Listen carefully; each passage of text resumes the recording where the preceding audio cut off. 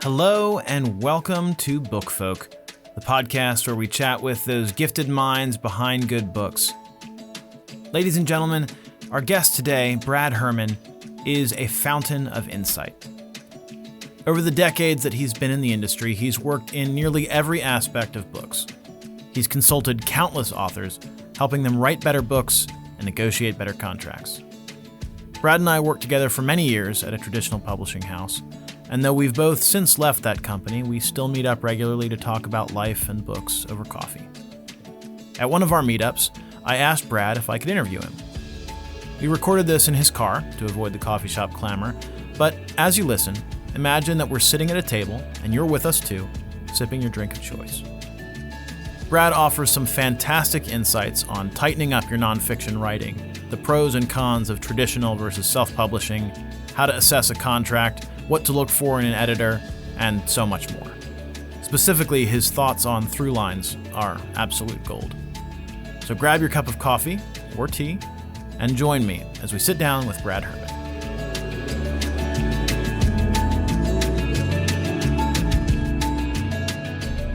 So, Brad, you're an incredibly well-rounded guy. You've worked in publishing and the book industry in one form or another. You worked at a printing press for a while. You worked as a bookseller. You were a publishing sales rep. You were a production manager. You are currently a production manager, but you've been an acquisitions agent. You've been a publisher of an imprint. All this incredible expertise, and specifically kind of in Christian nonfiction. Is that fair to say? Yep, absolutely. First of all, have you always been a reader? I know you're really well read, really deeply read. Has that always kind of marked your life? So actually, no.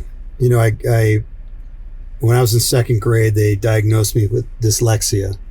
So I had trouble reading, and I was in special ed all the way through high school.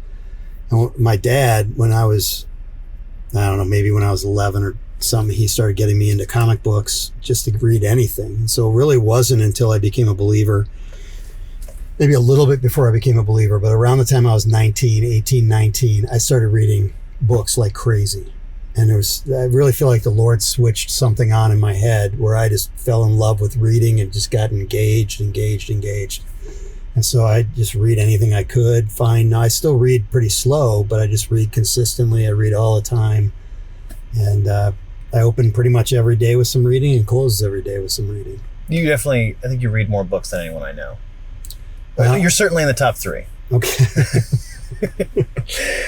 So why, for you, why books and publishing? Why has that industry been kind of the trajectory of your life? Why has that kind of been where you've been headed and investing in for most of your career? Well, you know, I went to school thinking I was going to be a pastor, and, you know, I love the local church, but I'm not made to work for a local church. It wasn't my DNA. And so that was very hard. And I ended up, I don't want to say that I fell into this, but really I had an organization reach out to me that needed someone to help with their publishing company. And it's so funny because, like, I always say that this is how low the bar was. You know, I said, I don't know anything about publishing when they approached me. And they said, yeah, but we heard you like books. And so they were pretty desperate for someone to help run their publishing company. And I stepped into that position and I just learned everything I could about it. And I love it. I mean, it's nothing like hearing a testimony that somebody read a book and it changed their life.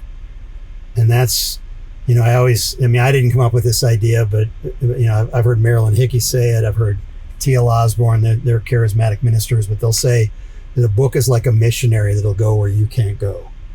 And so for a minister to write a book and hand that out to somebody, it could go around the world, and they can't do that.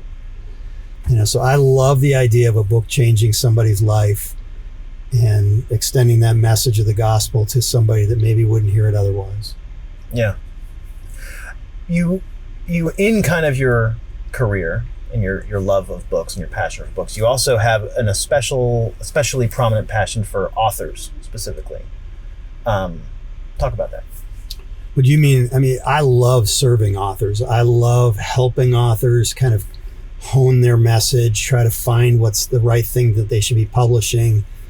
And I want to serve authors because I feel like, you know, there's a lot of money to be made in publishing, really.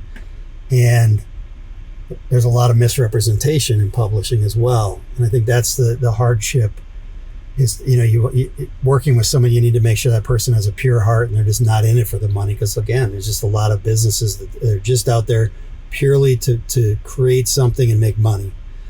And I really want to see authors thrive. And mostly what I'm working in is the ministry realm. And so how can a minister help extend their message and equip the body of Christ? I mean, they're a minister, they're called to an equipping ministry. And so how can they do that as an author? And my heart is to help them do that. And sometimes you have to, bring hard words to them because they want to do crazy stuff with their books that don't make any sense. And you might have to bring correction or, and I don't mean that like a hard correction, but I'm just saying, hey, I've had authors say to me, well, God told me to do X. And I go, really? Did God really tell you? One of my buddies says that someone gave them a manuscript and they said, God told me to name it this. And there was a spelling error in it, and it's like, so God misspelled that. But anyway, I digress. The idea of authors, I love serving authors and I want to see the best for them. But not every outfit out there is really in the mode of doing that. I think there's a lot of misrepresentation and where there's just straight up lying that goes on, to get money. And I hate that stuff. It just leaves me frustrated to no end. Yeah. And so that's actually that kind of heart for pastors and authors has led you into some really cool like consulting opportunities. And I want to get into that a little later. But also I see in you, we worked together for a lot of years, you have a passion for making a book, like working with an author hand in hand to make a book as good as it can possibly be. Talk about that some. What makes a good book? Well, I think, first of all, the author, again, most of what I've done is I work obviously in the nonfiction realm, and specifically, I've worked a lot of years in the charismatic nonfiction realm. And so as a charismatic, a lot of them would say it's being spirit-led or, spiritual gifts or different things like that. But when I think of it, I think there has to be some kind of impartation or something that you feel like God wants you to share. And so I want to know what that message is. I think I've told you this story before, but like when I met with the one author and I said, hey, what's your next book? And they said, oh, it's on healing. And I said, well, tell me about it. And it's just like everybody else's book on healing. I'm like, okay, that's not the book we're going to publish. Because, it's like we don't need that book. We need something that moves the needle. It moves. I hate to use I don't hate it, but I guess, using like a football metaphor, we talk about moving the ball down the field. If the ball's going to be in the same place after you wrote your book as it was before you wrote your book, you did nothing. So are you moving people into something new where they weren't in before? And so I think that's the thing is what's that person passionate about? I think Don Norai, Sr. used to say he would put down he wanted put down a platform for an author and he'd give that author a bullhorn. What are they going to say with that bullhorn when they say it? So what's that message? I always say when, this is probably terrible, but when you stab an author, what do they bleed? Right. What's the message they bleed all the time?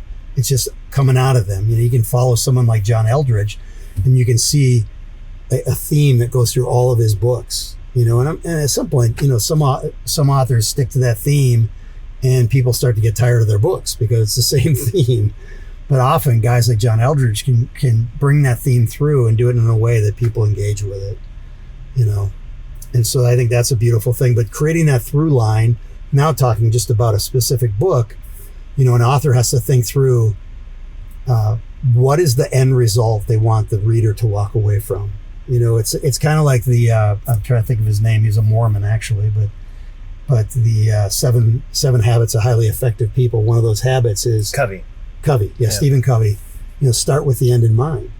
Every author needs to start with the end in mind in many ways. Now, I even hesitate to say that, but they really should start with the end in mind and then build their book answering questions to get the reader to that end in mind.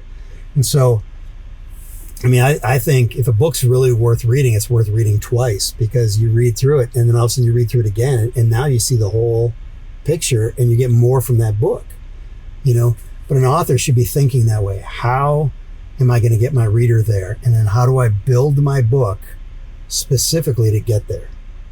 And that's, what I try to help with when I'm working with an author is to find that through line, find the building blocks. I've worked with authors before where I'm like, hey, chapter 6 does nothing to move your book forward. Just get rid of it. And usually they're like, oh, but that's one of my favorites.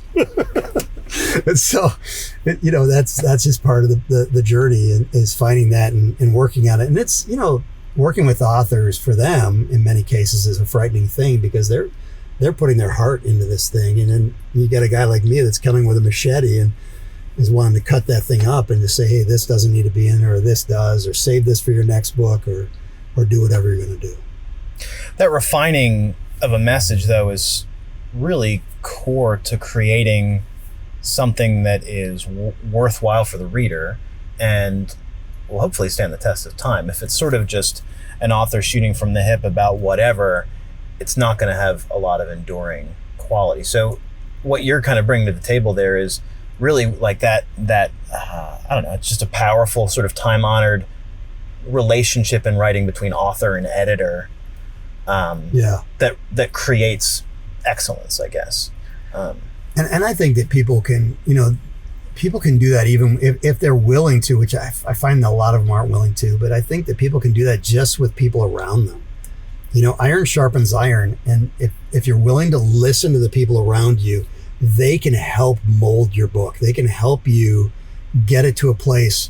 I mean, if your book isn't hitting on all cylinders and you have people that are willing to speak into your book, it might be a harm. I mean, it might hurt you, like your pride or something, but man, having them do that is going to make your book much, much better. I think of my buddy Tim Evans. He's one of my mentors. He's passed away, and he had worked for 10 years on a book. And maybe this won't be the best story, I don't know. But he would bring it to me all the time and say, hey, read this. And I'd be like, oh, this is not very good. This is not very good. He's been working on it 10 years. And one day he went and out and had drinks with Ken Geyer. And Ken Geyer is a well-known ghostwriter in the Christian realm. Phenomenal writer, Ken is. Who's he written for? Chuck Swindoll. Oh, wow. Okay. Ghostwriter for Chuck Swindoll and other people. Just phenomenal writer. Well, anyway, Ken Geyer says to Tim while they're out having drinks, he's like, hey, Tim, I want you to start over. Take the ideas, but start over writing. You just need to start from scratch. And Tim was just dumbfounded. He's like, 10 years, But sometimes you need to have someone say that to you. So you're not trying to cobble together the same thing that isn't very good, So having people that are willing to speak into your life, and again, you can, someone like me does it for money, but there's people you can have do it probably for free that will help you along in the journey.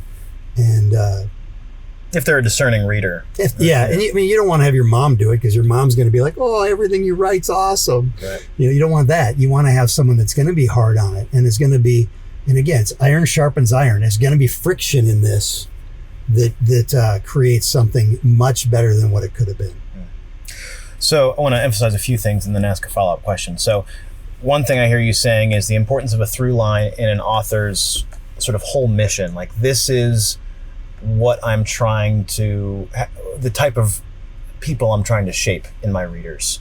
And this kind of marks all of my books. And then that dials down to, in this particular offering, in this particular title, this is the piece of that overarching through line that I'm trying to get at. This is where I'm trying to bring people. And then I've heard you even break it down into chapters. In this chapter, this is the piece of that through line that I'm going to be tackling. Yeah, that's really good.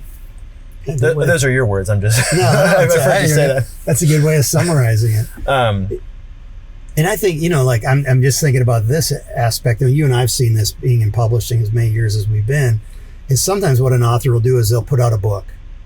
And then they will take one chapter from that book and they'll elaborate that into their next book. They'll extrapolate that idea and create something much bigger and clearer than what they did. Now, sometimes, as we both know, there's some books that should have been 4 chapters that were 10 chapters. And, I love what Seth Godin says when he said, somebody asked him, I think it was Gary Vaynerchuk asked Seth how many books he read a year. And he goes, I read 1,000 books. And Gary Vaynerchuk's like, how can you read 1,000 books? He goes, oh, I didn't say I finish 1,000 books. He says, I read books until I get the punchline. He goes, until I understand the joke. He goes, then I figure the rest of the book is just there to set up the tell me why it was funny. He goes, I don't need to read the rest of the book. And I go, oh man, that's so good. That's helped me quit a lot of books that were, that I get what the author's trying to say. I don't necessarily need to read the rest to figure out the punchline. I already got it. Yeah, that's really good. And so Seth Godin said something one time. He's like, and this is my interpretation of what he said, not exact quote, but he said basically that every nonfiction book could be written in 5 pages or less. There's a lot of truth to that. And there's a lot of truth to that. So the question is how can you write it longer without it becoming redundancy and bloviation and all that kind of stuff? And, again, we've all read books where we got to like the 5th chapter and we're like, I'm out. I don't need to know the rest of this. It just kind of seems repetitive. Yeah. So this kind of like editorial, almost, ruthless refinement for the sake of clarity and for the sake of the reader. How does that fit with what you were saying earlier about like, here's a message on the author's heart from God, especially in the charismatic realm? That's very like common. Like, here's the words from the Lord. These aren't my words. They're the Lord's words. Don't touch them. How do you hold that intention with editing? That's hard. I mean, that's a tough thing because, you do not want to violate what the Lord's saying. But again, when someone comes to you and if someone's saying, well, God said this to me, you're done. That's the ace. They're throwing out the ace card and you can't, what do you say to that? You're like, you don't need any editing. Your book's done. And so there is a tension there. You got to be able to push back and say, look, I know you think you heard from God and I know, but this doesn't really work, and if you feel like this is what God gave you, then we're done. Let's just put it out, but if you're willing, we can make this better. And that's what synergy does. That's what the body of Christ does, coming together to say, hey, there's a fuller picture maybe to be had here and not just one guy's small opinion. There's a synergy of voices, maybe, of hearing God together and coming to the table. And that's what, hopefully that's what the editing is doing, is bringing that bigger picture. Yeah, that's good.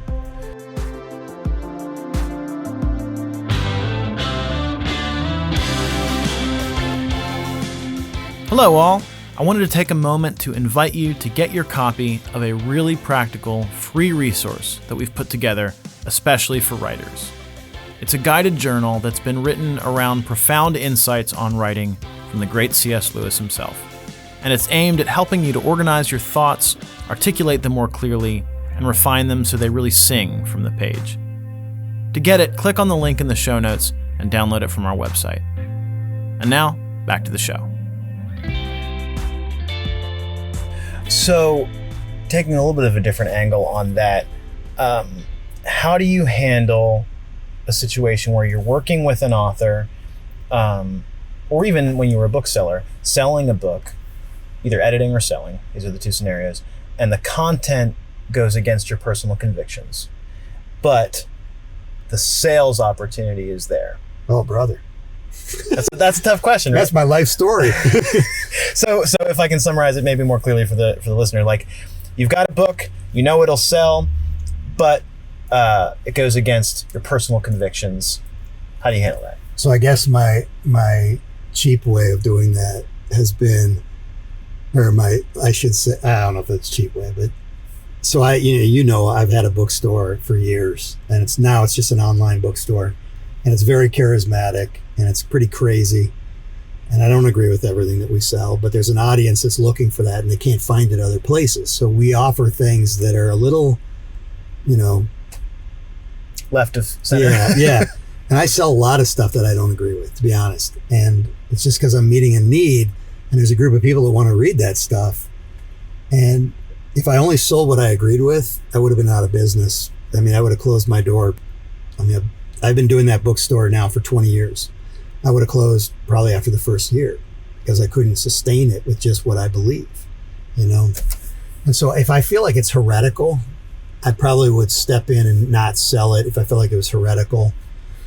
But we used to jokingly say, and this is where the kind of the dodging the bullet of your question a little bit, is that we used to say when we had our physical bookstore, we'd say that we were an equal opportunity heretic.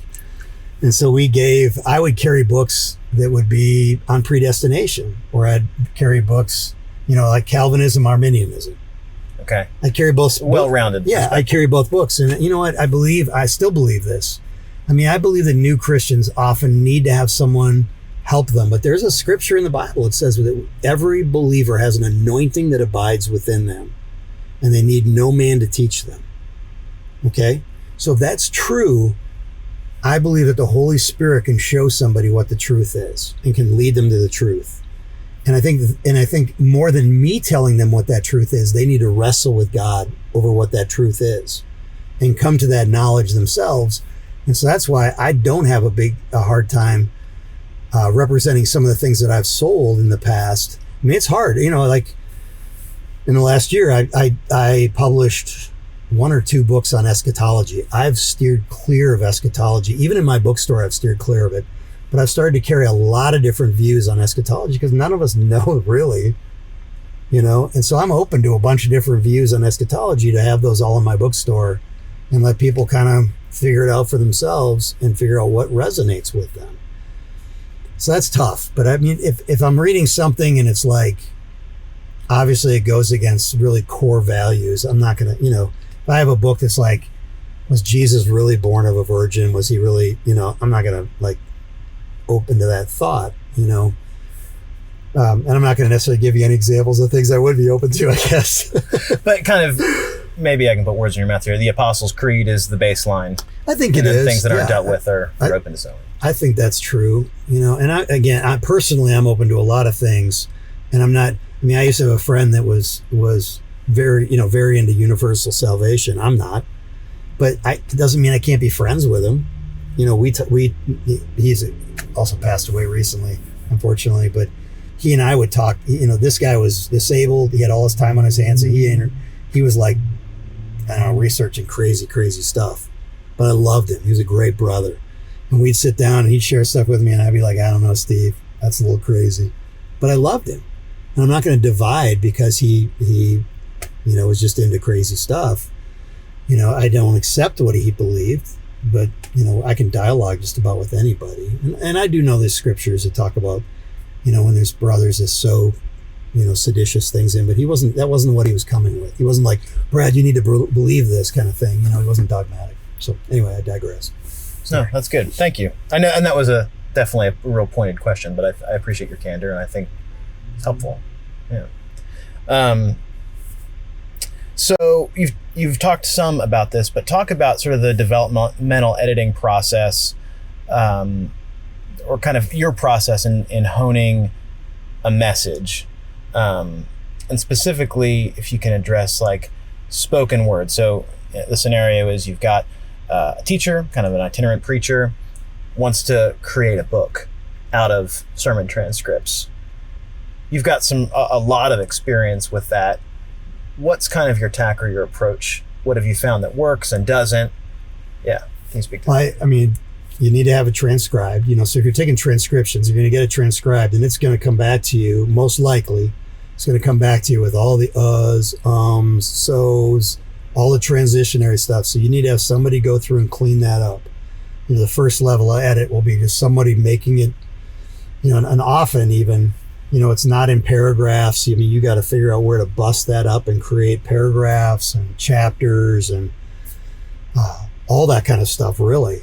And so that's the first process, is to have somebody kind of brush through it. And then you want to have hopefully somebody who knows a little bit. One of the things that I do with the groups I'm working with now is I'll have the writers listen, to all the material. And so they can listen to it. And I want them, off of just the sermons, to go through and tell me what the through line is. Tell me where there's noticeable breaks, shift in subject. Can we move, do we need to move stuff around? But they need to be familiar with it even before they start to mess with the actual written stuff. I want them to have a good understanding of what is this about.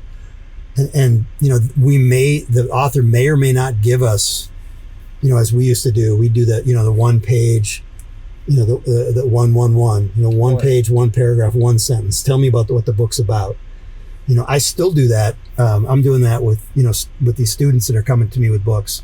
Tell me that, because that's going to help me from the beginning, to work through your content.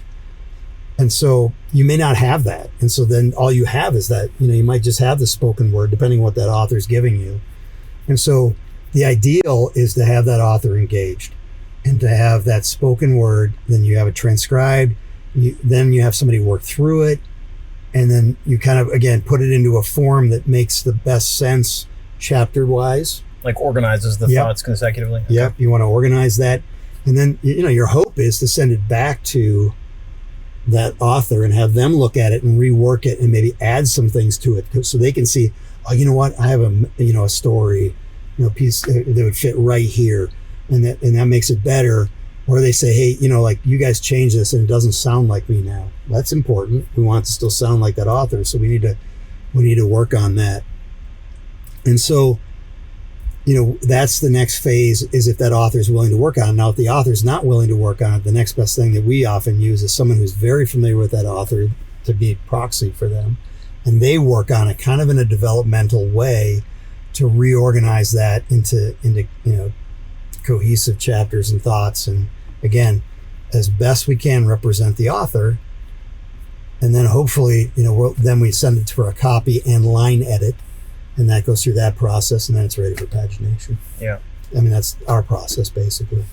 Yeah, that's helpful. I think that reorganizing of ideas, we were talking about this pre-recording, that when it comes out, when it's preached, right, you're getting a lot of nonverbals that are communicating, and you're there in the room, you're getting a lot of nonverbals that are communicating the thought.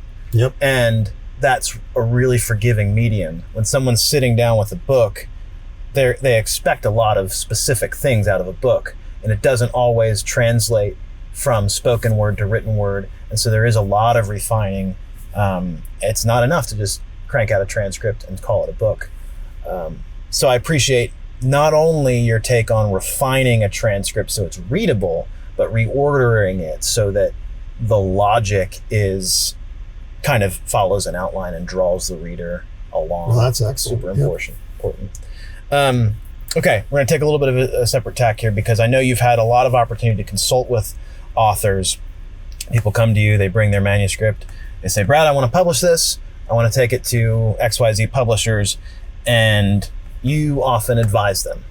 So can you talk about traditional versus hybrid versus self-publishing options, and kind of how you would advise someone who's kind of asking for your professional opinion about what direction they should take it? So I think, first of all, I'm for all three. For traditional publishing, I'm for hybrid publishing, I'm for self-publishing. They fit certain situations. There's no one size fits all. Some people think that, if I can just get my name associated with a traditional publisher, everything's going to be awesome, and that isn't always the case. Sometimes it's great. Sometimes it works out for them to work with a traditional publisher. The thing you got to consider when you're working with, the beauty of a traditional publisher is, you're signing a contract with them, and the upside is they're going to sink X amount of money into it. And there's different levels of that. We worked for a publisher that expected the authors to buy books.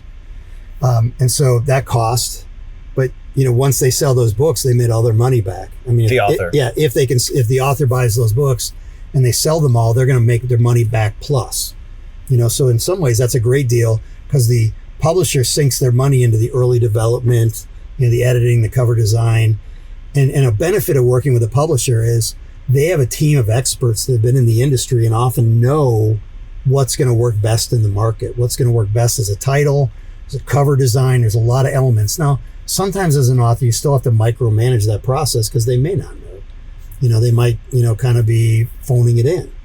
And so that's always the trouble. And, but hopefully you pick a publisher that you do trust. That right there, if you don't trust the publisher, why are you working with them?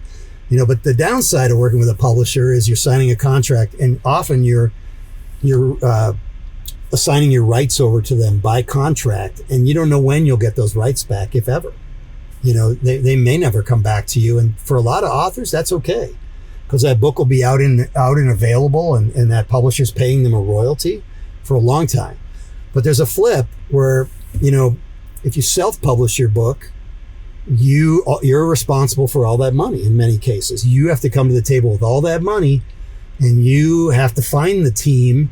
The publisher had a team of, like, let's say 30 people that were involved in your book. Now you have to find that team of experts who can speak into your book and do a great job on it and create something that's going to work in the market. But guess what? You put all that money in, and it might cost you $10,000. It might cost you $5,000. You might be able to do it for less. But you're going to make all that money when and if that book sells. You're not sharing that. When a publisher works with you, they're making the 80% and you're making maybe 20%. So now you flipped it. You had to invest this money, and now you're making everything. I mean, the reality is this: bottom line, as the author, no matter who you work with, on some level, you're responsible for the marketing. I mean, a publisher has a sales team that are going to get your books into places, but I'll tell an author, hey, look, if they get you in Barnes and Noble, you're in there for 90 days, and then those books are coming back if they don't sell. And so what's the impetus to sell it off the shelf? If it's not you, what is it? And again, now a publisher has certain things. The publisher we used to work for has some great things that I feel like are great initiatives where they try to get you on TV, they try to get you on podcasts. If you can do those things yourself, you don't need a publisher.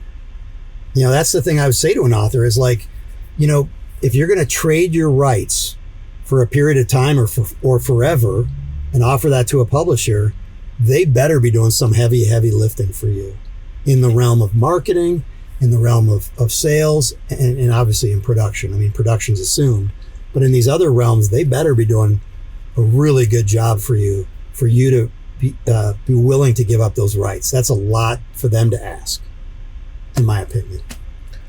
How can you know if they're going to be doing their fair share of the heavy lifting, specifically in marketing? Is there a thing, I don't know, red flags or anything that you can identify in advance to be like, this is a safe gamble for me as an author? Yeah, that's a great question, Christian. I don't know that there is. I mean, you want to ask them for a marketing plan. And, I have a friend right now that's working with a specific publishing company, not one I've worked for, but they came to him and wanted his marketing plan. They said, what's your marketing plan for this book? The publisher asked the author. The publisher wanted him. You and I were used to creating marketing plans for our authors.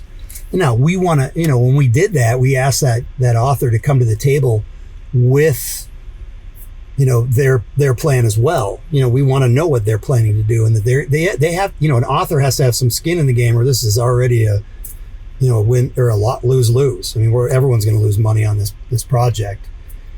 And so, but if the publisher isn't willing to put a marketing plan together, well, that's already, to me is like, yikes. That's ridiculous for them to just come to the author and say, what's your marketing plan? How about having some skin in the game, guys? So what do you do as an author if a publisher shows you, how do you evaluate a publisher's marketing plan? They say, we're going to get you in X number of e-blasts, and we're going to put you in these catalogs, and we're going to do this and that. How do you know what works and what doesn't? Well, I think you need to ask them about their engagement. And look, if they lie to you, they lie to you. There's nothing you can do about that. But you need to ask them about their engagement, their social media engagement. You need to ask them how they're going to help you. I mean, again, the publisher we work for did it in many ways. I felt like of a lot of the publishers out there did some of the best work in marketing for authors in the realm of even helping with their social media. We did a lot of promotion of TV shows, but that stuff is all, we hope, it's kind of hopeful marketing, meaning that we don't know if we're going to get you on TV. We don't know if we're going to be able to get you any podcasts, but man, we think that these are solid options that really could come to pass. The problem is when they don't come to pass, and most of these companies are on to their next book. They're just going to wash their hands and wish you luck and hope that something comes about. And sometimes something can come about later on, but in many cases, that's going to be up to the author to make that happen. So. Talk about hybrid publishing. We've talked about traditional and self-publishing. Is hybrid publishing the best of both worlds, the worst of both worlds? I kind of loop hybrid and self-publishing together. I mean, to me, really, most people aren't really doing self-publishing today. I was with one author one day, and he's like, well, Brad, what should I do with my book? And I said, well, you should self-publish it. He goes, well, then who do I work with? I said, well, the emphasis is on the word self. You need to self-publish. That means you need to manage it. You need to find the graphic artist. And a lot of people, as our friend Will Brown would say, look, even though I know how to lay hardwood floors, doesn't mean I want to do it in my own house. So I'm going to pay somebody to do it. And that's true of people. Often they could figure out publishing on their own, but they want to pay somebody. And so that, in my mind, is where hybrid publishing comes in, where a company, like yours or another company, I don't know if you consider yourself hybrid, but yeah, I do. For sure. And so a company that's going to come alongside an author, hear that author out, read their manuscript, get some editors. And again, they're performing a lot of those things that a publisher would offer to do. And then they're going to help put that book out in the market. In most cases, there's no rights. The author always retains their rights. There's no control.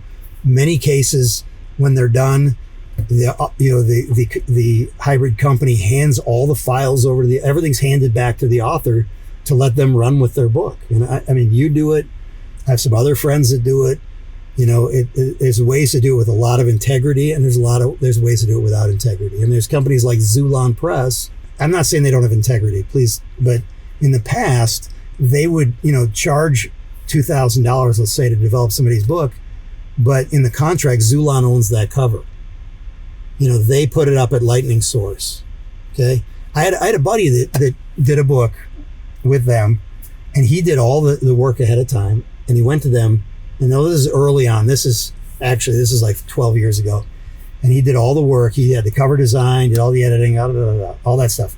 And he brought it to them. And he was under the assumption that they could do distribution, printing, and all that stuff for him.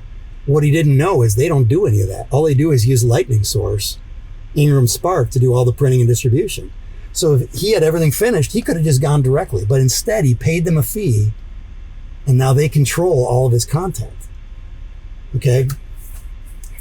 And so that's the danger, is you don't want to work with a group.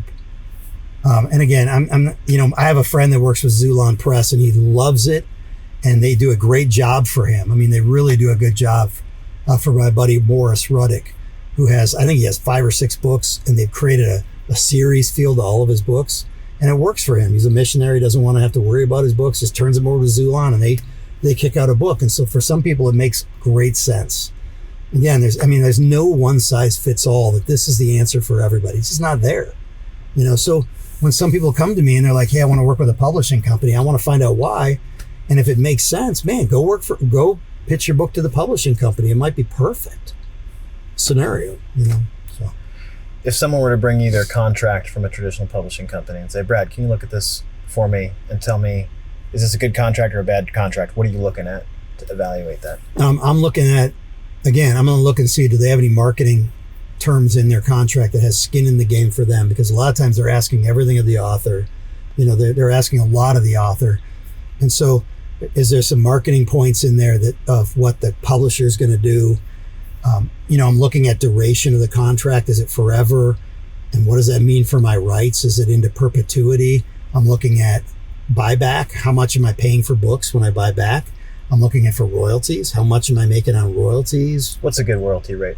Or maybe a standard royalty rate? I think a standard royalty rate is usually in the realm of, like some publishers do it off of different things. Some are off of, the retail price. Some are off of the wholesale price. Most of them are going to be off the wholesale price. But I think, if you're getting a 15 or 20% of the whole of the wholesale price, that to me is normal for a publisher.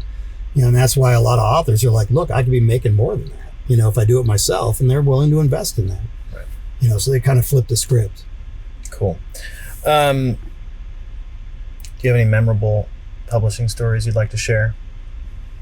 Publishing is a delightful process, and I love working with authors. There's nothing that feels better than an author that comes away and says, man, this really represented me well. And you and I both had that experience, of having an author that just thought that was the best process, and the book ended up doing well.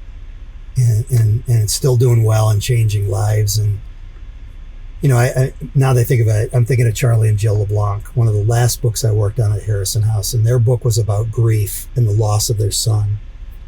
When somebody brings a book to you like that, it's like a holy. It was obviously very personal to them. Their adult son died of brain cancer.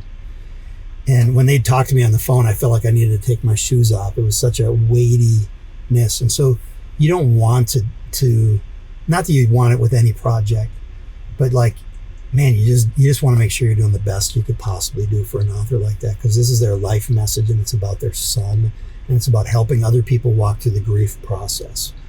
And so a book like that is just like, when it's done and you hold it in your hand, you're like, wow, I'm really, really proud of this book, really proud that I played a role in seeing this change lives. And that was a tough book to produce. Oh, yeah. It was. I mean, there was a lot, but at the end, you're right. Like, despite all of the kind of the hardship of on the production and publishing end, it came out really well. And the author was satisfied. Hopefully more than satisfied. Oh yeah. They were very satisfied. Very satisfied with the end result. And they still write me today and share stuff with me about it. So that's the beauty. And again, author that's happy and then change lives from reading that content. Man, you couldn't ask for something more powerful than that. Yeah. In my opinion. Yeah. So you've spoken to some of this already, but how do you see your work in publishing and editing and production and even book sales? How do you see that fitting into the broader kingdom of God? Well, again, it goes back to what I shared about missionaries. I feel like I'm helping create missionaries, or I'm helping pastor people. It's not I'm not the originator of the thought. When I worked on Charlie and Jill's book, I really didn't add anything to the book, other than reading through the content and looking at stuff and seeing the flow of it, that kind of thing.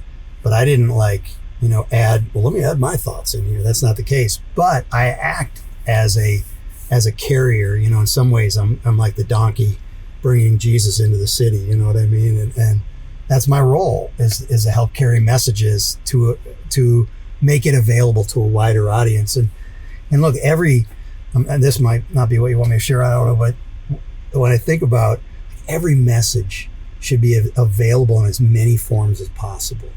So recently, there's an author I love out of Canada, love his content, and he published with a publisher that's kind of just made his books available in print. They're not even available in ebook or audiobook. And I'm like, that's ridiculous. They should be available in both those. It should be available in every form that someone's going to engage with that content. And so, my role is to help that. And I feel like that's my kingdom role. Honestly, I feel like God made me to help people publish books and to help with messages. And that's my equipping role in the body of Christ. Again, not the originator necessarily of the teaching, maybe someday, but right now it's just to help other people take what God's given them and to make it available and as widely accessible to as many people in the body of Christ. Yeah. So talking about the impact of books, what is a book that has been impactful for you personally? You know what? A book that, it's so funny because I'm almost hesitant to share books because books are very personal to you as you read. And so some books you're going to read, you're not going to connect with. So I mention these two books quite often that have changed my life. I wouldn't recommend anybody read one of them at all, but it happened to hit a need in my life at the time. And it was pivotal for me. Pivotal. I read it in 1993 and it really changed the trajectory of my life. The book is called The Open Church, and it was written by a guy named James Rutz. And later on, I became friends with James. And he's a wonderful brother, was a wonderful brother in the Lord. He's in heaven now. And he wrote this pivotal book that again, changed the trajectory of my life. Whereas I thought I was going to be in pastoral ministry, and this book was one of the things that steered me out of that. Another book that this is really the one I want to share. Wait, why are you hesitant to recommend that book? You know what? Because it was pivotal for me, and it's really about, the book is basically, it's kind of a, I don't know how accurate it is even today. Now I question some of Jim's writing. Jim Rutz was a well-known copywriter in the remember back in the day, what they would do is mail out sales letters. Yeah. That was like the 70s, 80s, 90s. That was the way you got things across. Now it's email sales letters. But Jim is a well-known sales copywriter, and he wrote letters that made millions. He was a millionaire. Wow. And so he had a gift of like kind of selling. And hyperbole a little bit. So he wrote this book, The Open Church, and basically the book is, he would say the most neglected scripture in the Bible is 1 Corinthians 14:26. And that's the scripture that's talking about, prophecy in church and all these things that happen in church. But 14:26 says, and when you gather, each one has. And it's kind of the idea of decently and in order. But how many church services do you go to where each one has? Right. Usually one guy. Yeah, it's a worship team, and then the pinnacle of it is the sermon. And he's like, that's not the way it's supposed to be. That's, Corinthians was trying to share with us that there should be a plurality of ministry that comes out of every gathering. And a lot of people I talk to go, well, that's just for small groups. Well, I said, well, then everything in that chapter is about small groups. And they're like, well, no, that's, But the reality is there's something more to be had. And that's why I love that book. And it really changed my thinking. And then I started buying it for all the elders in my church, and they just patted me on the head. And, I was like 21 or 22 at the time. I don't remember. But anyway, it was a radical book for me. Real quick, the other book that I read that I just love is Gail Irwin's book, The Jesus Style. And that's basically all the things that Jesus said or were said about Jesus as it regards ministry and leadership.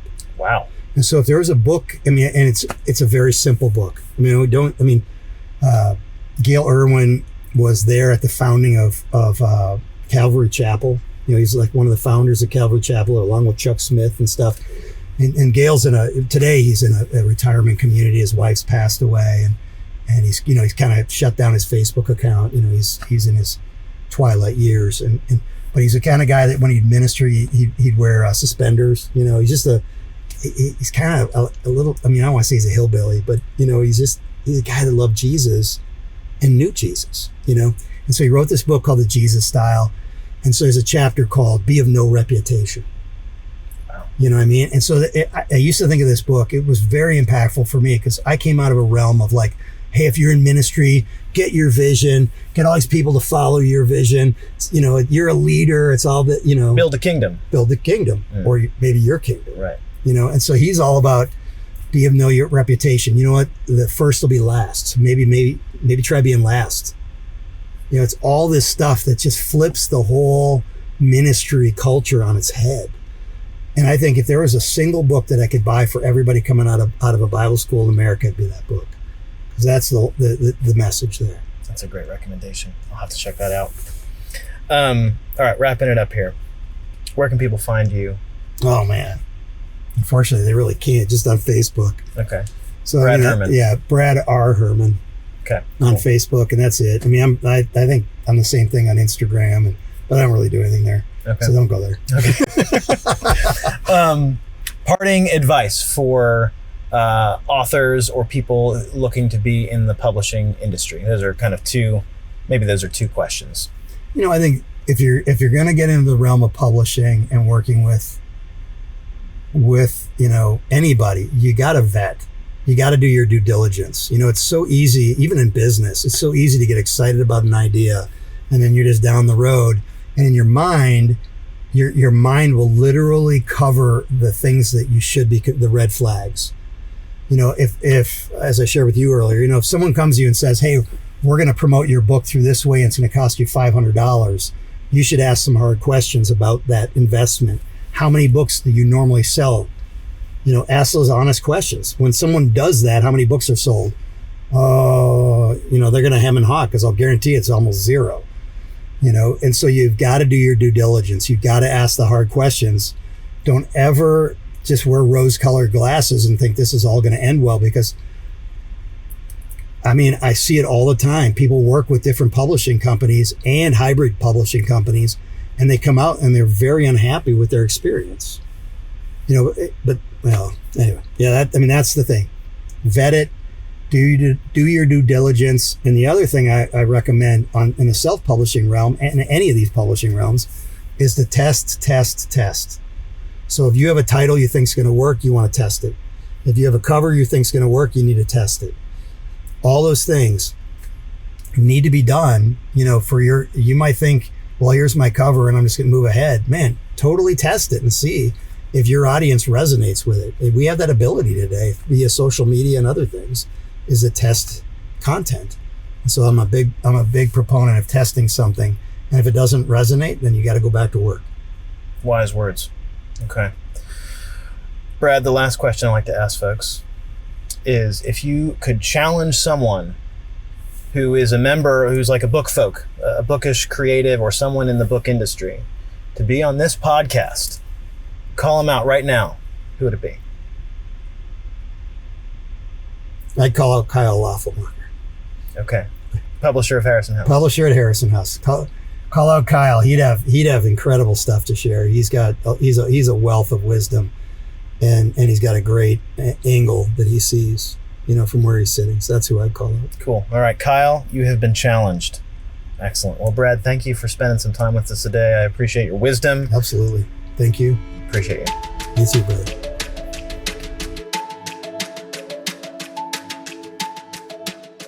Brad's passion for books is inextricably tied to his belief that books can change people's lives. His conviction is at once exciting and sobering. The fact that you and I play a part, no matter how big or small, in the process of producing a book that will profoundly impact someone is thrilling. What meaningful work! But also, what a potent reminder that our work should serve to direct our readers into deeper experiences of beauty and truth. Another thing Brad talked about was the message that resides at every author's core, the grand story, the central theme, the primary through line of that author's work.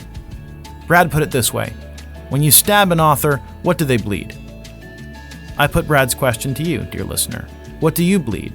What is your through line? I would love to hear your thoughts. Post them on the Substack thread for this episode, or email me at christian@humblebooksmedia.com. Thanks so much for listening to today's episode. Bookfolk is a production of Humble Books Media, a fellowship of storytellers and artists committed to exploring truth and delighting in beauty.